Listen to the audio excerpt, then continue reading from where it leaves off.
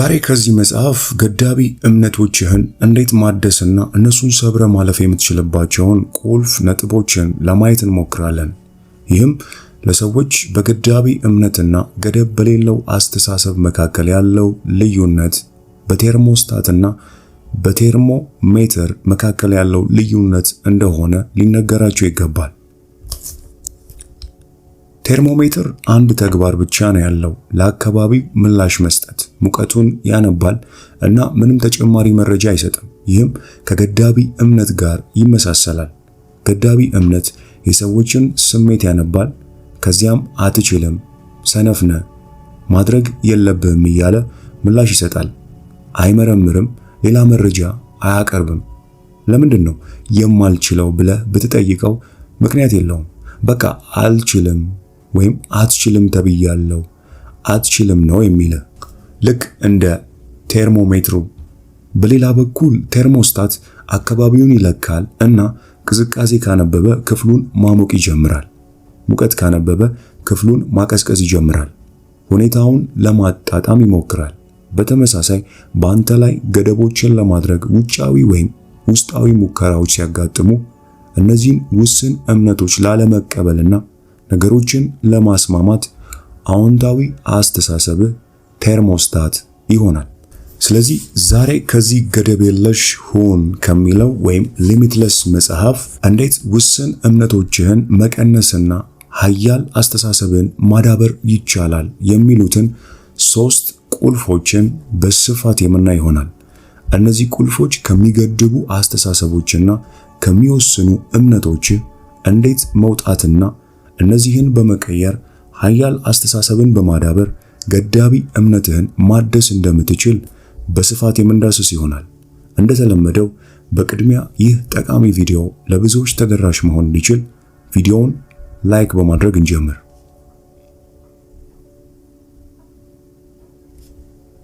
ከነዚህ 3 ቁልፎች መካከል በቅድሚያ የምናየው ቁልፍ 1 የሚገድቡ እምነቶችህን ሰይም የሚለውን ሐሳብ ይሆናል።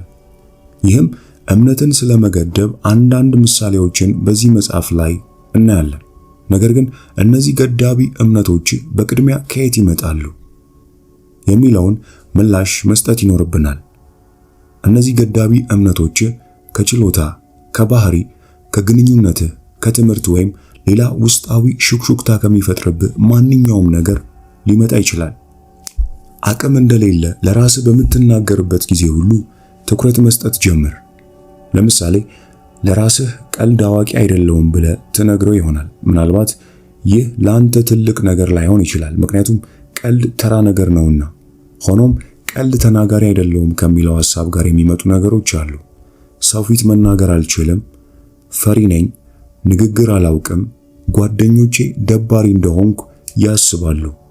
እንደዚህ አይነት የራስ ንግግር በመጨረሻ አስፈላጊ በሆነ ማህበራዊ ግንኙነት ሁኔታ ውስጥ ስትሆን ወይም በሆነ ቡድን ውስጥ ወይም ፊት ለፊት መናገር በሚያስፈልግ ጊዜ አፍ እንዲተባተብና እንድትደነዝዝ ያደርጋል። አልችልም፣ ይከብደኛል አይነት አረጎችን ስትጠቀም በጥሞና ራስህን አዳምጠው። ያለህን አስተሳሰብ የሚነኩ መልእክቶችን ከመናገር አፍህን ከልክለው። የዚህ አይነቱን የራስ ንግግር ከየት እንደመጣ ለመለየት ሞክር። ገዳቢ እምነቶች ብዙውን ጊዜ ከልጅነት ይጀምራሉ። ማለትም ከቤተሰቦች፣ ካደግክበት አካባቢና ከትምህርት ቤት ሊገኙ ይችላሉ። በልጅነት ለመጀመሪያ ጊዜ ሞክረው የነበረና ሳይሳካ የቀረ ነገር እድሜ ልክህን በአእምሮ ታትሞ ሊቀርብ ይችላል። ያንን ነገር ዳግም ለመሞከር አትሞክርም። ይህ ገደብ በራስ ንግግር ውስጥ እንዴት እንደገባ ለማወቅ ወደ ምንጩ መሄድና ምክንያቱን ማወቅ አለብህ። ይህን ስታደርግ ተሸክመሃቸው የኖርካቸው ገዳቢ እምነቶች መሰረተ ቢስ መሆናቸውን ትረዳለህ። ማድረግ በማትችላቸው ነገሮች ላይ የሚያተኩሩትን በጭንቅላት ውስጥ ያሉትን ድምጾች ለይተህ ካወቅክ በኋላ ከነርሱ ጋር መነጋገር ጀምር። እናም ስያሜ ሰጣቸው። ለምሳሌ እኔ ደደብ ነኝ የሚል እምነት ካለህ እኔ ደደብ ነኝ የሚል መልእክት አስተላላፊ ሐሳቦችን በአንድ መድባቸው። ይህም ገዳቢ እምነቶችን ለመለየትና መፍትሄ ለማምጣት ያቀልልሃል። በመቀጠል ወደ ሁለተኛው ቁልፍ ማለትም ወደ እውነታዎች እንዴት መሄድ እንደምትችል ማወቅ ይኖርብሃል። ይህንንም በመቀጠል እንመልከት። እምነትን ከሚገድቡ መሰረታዊ ነገሮች አንዱ የተሳሳተና ግልጽ ያልሆነ ሐሳብ ነው። በሕዝብ ፊት ለመናገር በእርግጥ በጣም ፈሪ ነህ? ቡድን በመምራት ረገድ በጣም መጥፎ ነኝ ብለህ ነው የምታስበው? በእውነት የትም ቦታ ብትሆን በዚያ ካሉት ያነስክ እንደሆንክ ይሰማሃል? ለዚህስ ምን መረጃ አለ? በእነዚህ ሁኔታዎች ውስጥ ስንት ጊዜ ኖረሃል? ውጤቱስ ምን ነበር? ኤልኤስ ብራውን እንዲህ ይላል፣ ሕይወት ምንም ገደብ የላትም አንተ ካስቀመጥካቸው ገደቦች በስተቀር። እምነቶችን ስለ መገደብ በጣም ጎጂ ከሆኑ ነገሮች አንዱ በስሜታችን ላይ መጫወት ነው። ከገደብ እምነት ጋር ስትላተም ይህን እምነት በምክንያት ልታሸንፈው ይከብዳል። በውስጥህ የሚያንሸኳሽከው ድምፅ ምን ያህል በእውነታ ላይ የተመሰረተ ነው? በአደባባይ ስትናገር የገጠመህን አስብ። በነገራችን ላይ ይህ የተለመደ ፍርሃት ነው። በእነዚህ አጋጣሚዎች በተሰማ ስሜት ላይ ከማተኮር ይልቅ ነገሮች እንዴት እንደነበሩ አስብ። ከታዳሚው ውረድ ውረድ እያለ የጮህብህ ሰው ነበር? ቲማቲም ተወርውሮብሃል? ሰዎች ከመድረክ ከወረድክ በኋላ ወደ አንተ መጥተው ስቀውብሃል ወይም ንግግርህ ቀሽም እንደነበር ነግረውሃል? አለቃ ሁለተኛ መድረክ ላይ ወጥተህ እንዳትናገር ብሎሃል? ከነዚህ ነገሮች መካከል አንዳቸውም እንዳልተከሰቱ ገምታል። ይልቁንስ አድማጮች የምትናገረውን በስርዓት አዳምጠዋል። ይህ ባይሆን እንኳን አንተን በመጥፎ የተናገረ ሰው የለም። ይህ ማለት በቀጣይ ፓርላማ ገብተህ መናገር አለብህ ማለት ነው? በፍጹም። ነገር ግን በእርግጠኝነት መረጃን በመድረክ ላይ በተሻለ ጥራት ለማቅረብ ትችላለህ ማለት ነው። እናም በጭንቅላት ውስጥ ያለውን ድምፅ በፍጹም አትስማው። እናም ይህን ጥያቄ መጠየቅ አለብህ።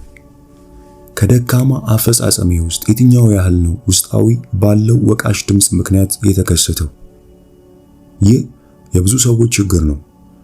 በራስ መተማመን የጎደላቸው አንድ ነገር ሲያደርጉ መሃል ላይ ይሆናሉ ወይም ይወላውላሉ። እናም በውስጣቸው ያለው ተቺው ድምፅ ትኩረታቸውን በጣም የሚከፋፍል ስለሚሆን በሚያደርጉት ነገር ላይ ማተኮር በፍጹም አይችሉም። በዚህም ምክንያት አፈጻጸማቸው ደካማ ይሆናል። እናም ለዚህ መፍትሄው ምን ይመስላል? ያንን ያስፈራን ነገር ደግመህ ስታደርገው በውስጥ ያለውን ገዳቢ እምነት ጸጥ ታሰኘዋለህ። በዚህ ረገድም የተሻልክ በሆንክ መጠን ትኩረት መከፋፈሉን ያቆማል። በምታደርገው ነገር ላይም ፍጹም ወደ መሆን ትሄዳለህ። ስለዚህ ከገዳቢ እምነቶች ጀርባ ያለውን እውነታ ስትመረምር ሁለት ነገሮችን ግምት ውስጥ ማስገባትህን አረጋግጥ። በውስጥ ያለው ተቺ ድምፅ የሚያወራው ነገር እውነት ነው? በዚህ ነገር ላይ ደካማ ነህን? ከሆነ ያንን ነገር ደጋግመህ በማድረግ ያንን ድምፅ ጸጥ አሰኘው። እስኪ ምሳሌ እንውሰድ። ለምሳሌ ያህል ምግብ ለማብሰል የተቀጠረና ልምድ የሌለው አዲስ ምግብ አብሳይ ወይም ሼፍ መጀመሪያ አካባቢ በአእምሮ የሚያስበው ሽንኩርቱን ሲከትፍ ቢላዋው ቢቆርጠኝስ እያለ ሊሆን ይችላል። ሆኖም ሽንኩርቱን መክተፉን ደጋግሞ ለወራት ካደረገው በኋላ አይኑን ጨፍኖ እንኳን በቀጫጭኑ መክተፍ ይችላል። ይህን ያህል ካየን በመቀጠል እንዴት አዲስ እምነት መፍጠር እንደምትችል ቁልፍ 3 ለማየት እንሞክር። አሁን ገደብ የለሽ እምነቶችን ስም ከሰጠህና እነዚህን እምነቶች በጥንቃቄ ከመረመርክ በኋላ በጣም አስፈላጊ የሆነውን እርምጃ የምትወስድበት ጊዜ አሁን ነው። አዲስ እምነት መፍጠር አለብህ። ይህ እምነት ከውሸት እምነቶች የበለጠ አሳማኝና ገደብ የለሽ እንድትሆን የሚረዳ መሆን አለበት። ከዚህ መጽሐፍ ውስጥ ይህንን እንዴት ማድረግ እንዳለብን እናያለን። ለአሁኑ ትንሽ ጊዜ ወስደን እንመርምር እንበልና ከገዳቢ እምነቶች አንዱ ሁልጊዜ በሕይወት ውስጥ በጣም አስፈላጊ በሆኑ ነገሮች ላይ አይሳካልህም። እናም ይህንን ገዳቢ እምነት ከለየ በኋላ ስለሱ ያለውን እውነታ መመርመር ጀምረሃል። እናም ስለዚህ ጉዳይ አንተ የምታውቀው ነገር ቢኖር በአንዳንድ የህይወት አጋጣሚዎች የደረሰብህ ውድቀት አለ። ለህይወት አስፈላጊ በሆነ ስፍራ ላይም እንዳይሳካልህ የጎተቱ በጣት የሚቆጠሩ አጋጣሚዎች ይኖራሉ። እንዲያውም አሁን ስታስብበት ከወደቅክባቸው አጋጣሚዎች በብዙ እጥፍ የተሳኩልህ እድሎችም አሉ። ስለዚህ አዲስ እምነት የመፍጠሪያ ጊዜ አሁን ነው። እናም ከላይ ላየነው ምሳሌ አዲሱ እምነትህ ሁሌም ማሸነፍ የለም የሚል ይሆናል። ማንም ሰው የሞከረውን ሁሉ 100% አያሳካም። እናም የወደቅ ጊዜ በቀጣይ አሸንፋለሁ እምነት ሊኖርህ ይገባል። ብትወድቅ እንኳን በመሞከርህ በራስህ ልትኮራ ይገባል። ሕፃን ልጅ ከእጣቢ ጋር አይደፋም የሚባል አባባል አለ። ውድቀትህ ራሱ እንዲሁ ውድቀቴ ነው ብለህ ከህይወትህ አውጥተህ የምትጥለው ነገር አይደለም። ከሙከራ እስከ ወደቅ ድረስ የቀሰምካቸው አዳዲስ ክህሎቶችና ልማዶች አሉ። ይህ አዲስ እምነትህ የድሮውን እምነትህን ሙሉ በሙሉ ይተካዋል። ይህ እምነትህ እንዲሁ ከማንም በላይ በእውነታዎች ላይ ተመስርቶ በሚቀጥለው ጊዜ በሚገጥምህ አሳሳቢ የህይወት ፈተና ላይ የበለጠ ውጤታማ አስተሳሰብ ይሰጣል። እዚህ ላይ ሊጠቅም የሚችል አንድ ተጨማሪ መሳሪያ ወይም ቁልፍ አለኝ። ለብዙ ዓመታት ብዙ ባለሙያዎችን አነጋግሬያለሁ። እናም ድምዳሜያቸው ወደ አንድ ሐሳብ ያመራል። በውስጥ ያለውን ድምፅ እስካላመንከውና ትክክል ነው ብለህ እስካሰብክ ድረስ እንደፈለግከው ይመራሃል። እኔ ራሴን አውቀዋለሁ ትላለህም አንድ አቅምህን የሚፈታትን ነገር ሲገጥምህ። ራሴን አውቀዋለሁ፣ ይህን ማድረግ አልችልም። ራሴን አውቀዋለሁ፣ ሰው ፊት ማውራት ሲጀምር ያንቀጠቅጠኛል። ነገር ግን ከውስጣዊ ድምፅ በላይ የሆነ ሰው መፍጠር አለብህ። አሁን ካለህበት የተለየ ሰው መፍጠር ከቻልክ ይህንን ድምፅ ጸጥ ለማድረግ ይቀልሃል። በውስጥ ላለው ድምፅ አስቀያሚ ስምና መልክ ስጠው። ለምሳሌ ልክ ልትሞት አንድ ቀን እንደቀራት ጥርሶቿ እንደረገፉ አሮጊት አድርጋ አስበው። እናም በቀጣይ አንተን ማናገር ሲጀምር አንቺ አሮጊት ዝም በይ ትለዋለህ። ተሳለቅበት። የሚያወራውንም ነገር እሺ ብላ አትስማው። ድምፅ ሲያሰማ በተጸየፈ መልክ ተመልከተው። ይህንን ድምፅ ከእውነተኛው ማንነት በመለየት የተሻልክ በሆንክ መጠን ገዳቢ እምነቶች ወይም ሐሳቦች በመንገድህ እንዳይቆሙ ታደርጋለህ። በመጨረሻም እድሎችህን እንዴት ወሰን የለሽ እንደምታደርግ ለማየት እንሞክር። አሁን ገደብ የለሽ እምነቶችህን እንዴት ማሸነፍ እንደምትችል ካወቅ ገደብ የለሽ ለመሆን ባደረግከው ጥረት ላይ አዎንታዊ አስተሳሰብህን ማምጣት መጀመር ትችላለህ። ይህ የማይመስል ነገር ሊሆን ይችላል፣ ነገር ግን በአስተሳሰብና በስኬት መካከል ያለውን ግንኙነት የሚደግፉ ብዙ ማስረጃዎች አሉ። በኖርዝ ካሮላይና ዩኒቨርሲቲ የስነ ልቦና ተመራማሪ የሆኑት ዶክተር ባርባራ ያደረጉት ጥናት ነበር።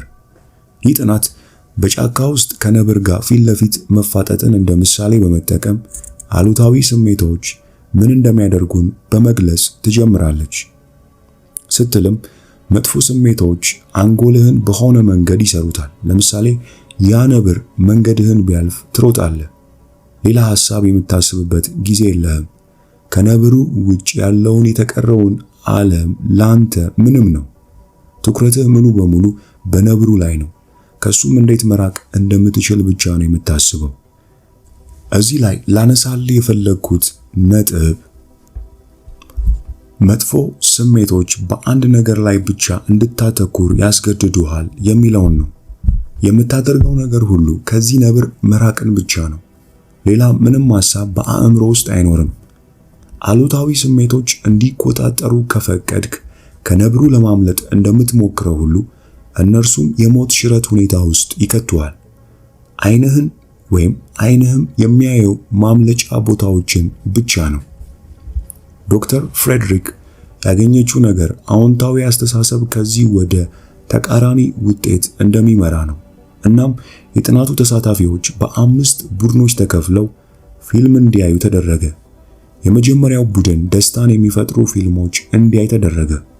ሁለተኛው እርካታን የሚያስገኙ፣ ሶስተኛው ፍርሃትን የሚፈጥሩና አራተኛው ቡድን ቁጣን የሚፈጥሩ ፊልሞች እንዲያዩ ተደረገ። አምስተኛውና የመጨረሻው ቡድን የጥናቱን ውጤት ለመለካት እንዲያስችል ምንም ፊልም አልተመለከቱም። ፊልሞቹን ካዩ በኋላ ተሳታፊዎቹ ያዩት ነገር በእውነት ቢያጋጥማቸው ወይም በእውነታው ዓለም ቢያጋጥማቸው ምን እንደሚያደርጉ እንዲጽፉ ተደረገ። ፍርሃትና ቁጣ ያለባቸውንም ፊልሞች የተመለከቱት ምላሻቸው በጣም አጭር ነበር። ደስታና እርካታ ያለባቸውን ፊልሞች የተመለከቱት በውስጣቸው ያለውን ሐሳብ ለማስፈር ሙሉ ወረቀቱ አልበቃቸውም። በሌላ አነጋገር እንደ ደስታ፣ እርካታና ፍቅር ያሉ አዎንታዊ ስሜቶች እየተለማመዱ ነው። በሕይወታቸው ውስጥ ብዙ ዕድሎች እየታያቸው ነው። በዚህ ሁኔታ ውስጥ ቢሆኑ የሚያደርጉት በጣም ብዙ ነገሮች አሏቸው። ትኩረት ሊሰጠው የሚገባው ነገር የአዎንታዊ አስተሳሰብ ጥቅሞች አዎንታዊ ስሜትን ከመፍጠር በላይ የሚዘልቅ መሆኑ ነው። እስኪ ይህንን ምሳሌ እንመልከት። ከቤት ውጭ እየተጫወተ የሚያድግ ልጅ ዛፍ ላይ የተንጠለጠለ ከጓደኞቹ ጋር እየተጫወተ አትሌቲካዊ የመንቀሳቀስ ችሎታን ያዳብራል። አካላዊ ችሎታዎች ከሌሎች ጋር የመጫወትና ከቡድን ጋር የመግባባት ችሎታዎችንም ያዳብራል። ይህም ማህበራዊ ችሎታዎችና የመመርመር ችሎታን ያዳብራል። በዙሪያ ያለውንም ዓለም ይረዳል። ይህም የፈጠራ ችሎታዎች። በዚህ መንገድ የሚያገኘው የጨዋታና የደስታ አዎንታዊ ስሜቶች ሕፃኑ በዕለት ተዕለት ሕይወት ውስጥ ጠቃሚ ክህሎቶችን እንዲገነባ ያነሳሳዋል። አዳዲስ ክህሎቶችን መፈተሽና መፍጠርም የሚያስደስተው ነውና ልጅነቱ ቢያበቃም ክህሎቶቹ አብረው ይኖራሉ። ዶክተር ባርባራ ይህንን ጽንሰ ሐሳብ መስፋትና መገንባት በማለት ትጠቅሰዋለች። አዎንታዊ ስሜቶች ያሰፋሉ እናም አእምሮህን ይገነቡታል። እናም በሌሎች የህይወት ዘርፎች ውስጥ ዋጋ ሊያስገኝልህ የሚችል አዳዲስ ክህሎቶችና ሀብቶችን ለመገንባት ያስችላል። ይህም ጥናት እንደሚያሳየው አዎንታዊ ሐሳቦች አንደኛ የሰዎችን ትኩረትና አስተሳሰብ ያሰፋሉ። ሁለተኛ አሉታዊ ስሜቶችን ይቀለብሳሉ። ሶስተኛ ስነ ልቦናዊ ጥንካሬን ያቀጣጥላሉ። አራተኛ ወደ ሀብት ይመራሉ። በመጨረሻም እንድትፈካ በውስጥ ዘር ይዘራሉ። ያንተ የውስጥ ተቺ ዝም ከማሰኘት በምታገኘው አዲስ አስተሳሰብ የይቻላል ዓለምን ትፈጥራለህ። በአዎንታዊ ስሜቶች ስትዋጥ ከዚህ በፊት ያላስተዋልካቸው እድሎችን ማየትና መጠቀም ትችላለህ። እናም በከፍተኛ የመነሳሳት ስሜት ውስጥ ስትሆን ትክክለኛዎቹን ዘዴዎች ስትጠቀም ገደብ የለሽ በመሆን መንገድ ላይ ትሆናለህ። በመጨረሻም ዌይን ዳይነር የተናገረውን አባባል በመጥቀስ የዛሬ የመጽሐፍ ቅምሻችንን እንቋጭ። አንድ ትልቅ ውሸት አለ፣ እኛ ወሰን ያለን ነን የሚለው። ያለን ብቸኛ ገደብ የምናምናቸው ገደቦች ብቻ ናቸው።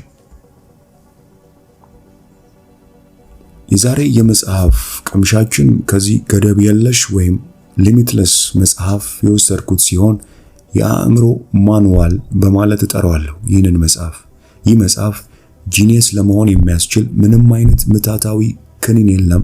ነገር ግን ይህ መጽሐፍ የአእምሮን ሙሉ አቅም ለመክፈት የሚያስችል ካርታ እንደሆነ ስመሰክር ባለሙሉ እምነት ነኝ። ትርጉም ያለው ለውጥ ለማምጣት ለሚፈልግ ለማንኛውም ሰው ይህ መጽሐፍ የተገባ ነው። ደራሲው አእምሮህን፣ ንቃትህንና ሕይወትህን እንዴት እንደምትመራ በዚህ መጽሐፍ ቅልብጭ አድርጎ ያሳያል። የተለየ አእምሮና የማስተዋል ችሎታ ምን ያህል አስፈላጊ እንደሆነ ጠንቅቀ የምታማርበት መጽሐፍ ነው። በዚህ መጽሐፍ ውስጥ ያሉት ዘዴዎችና ቴክኒኮች ለአእምሮ ምርጥ ጓደኛ ነው። ትልቅ ህልም በተለይ ዛሬ ላሉ ወጣቶች ወሳኝ ነው። ይህ መጽሐፍ ትልቅ ህልም እንዲኖርህ ይረዳሃል። ደራሲው የዓለማችን ምርጡ የአእምሮ አሰልጣኝ ነው። እናም ይህንን መጽሐፍ ካነበብክ በኋላ በአንድ ሳምንት ውስጥ ብቻ የአእምሮ ፍጥነት ወደ 170% ይጨምራል። ከእውነተኛ ማንነት ጋር መገናኘት ምንኛ የሚደንቅ ነገር ነው። የዚህ መጽሐፍ ደራሲ ወደዚህ ማንነት ያመጣሃል። ማንኛውንም ነገር የሚቻል መሆኑንም ያሳያል።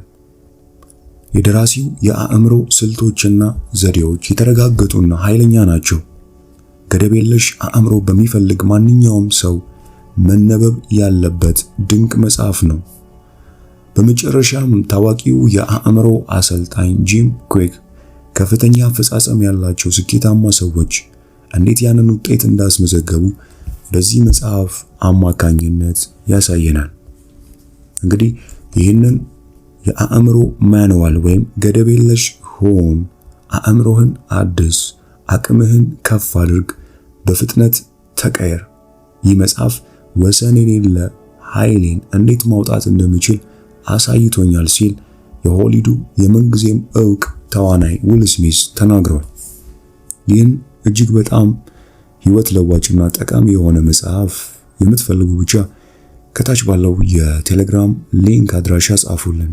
እንዲሁም ይህ እጅግ በጣም ድንቅ የሆነ ቪዲዮ ማለትም እምነትን ከሚገድቡ ነገሮች እንዴት ሰብረን መውጣት እንደሚችል የሚያነሳውን ሐሳብ ለወዳጅ ዘመዶቻችን ሼር በማድረግ እናጋራ። ይህንን አስደናቂ የእውቀት ቤተሰብ ደግሞ ሰብስክራይብ በማድረግ እንድትቀላቀሉ እንጋብዛችኋል። በሚቀጥለው ጊዜ በሚቀጥለው ህይወት ለዋጭና አስደናቂ መጽሐፍ እስክንገናኝ ድረስ ቸርን ሰንብት።